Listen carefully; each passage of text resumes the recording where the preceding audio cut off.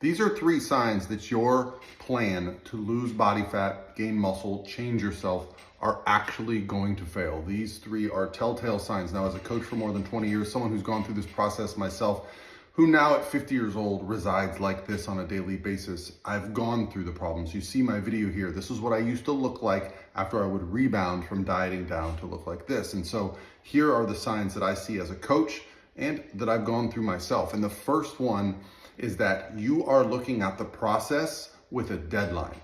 The biggest thing that I see is people just picking a deadline to either go on vacation, they have a wedding. Now, why does this work? It works initially because you are extremely motivated, you've got a deadline, and you completely change the person you are to fit this narrative of this goal. But once you reach that goal, once you go on the vacation, once you go on the trip, once you go to your wedding, you just go back to normal.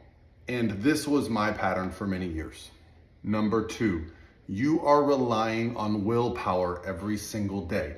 All you're thinking about is when is it going to be over? You're thinking about food, but you're thinking about that goal and that deadline, and you're thinking, okay, I can just make it another day, and you're relying on willpower. Well, willpower is a limited resource. So you need to change if you're going to reach your goal and sustain it from a plan that requires only willpower to a plan that actually just changes your lifestyle.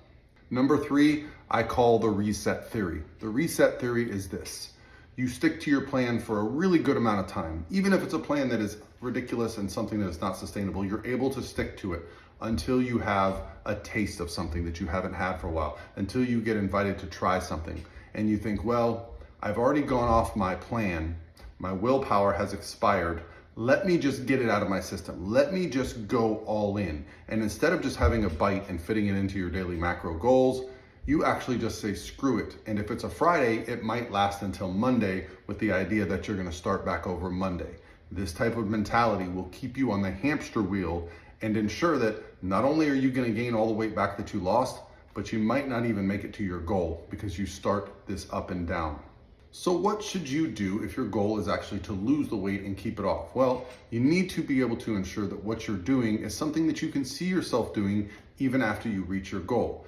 For me and for my clients, this means including foods that we enjoy throughout the process. I've made videos on this topic on this channel many times, but I include things that most people wouldn't think of as diet foods. I go out for pizza, I eat donuts, I include Pop-Tarts. Things that I enjoy that fit my daily macronutrient goals ensure that I'm not just waiting for the time when I can have them and then I spiral. So finding ways to make daily activity non-negotiable. It's just a part of your lifestyle.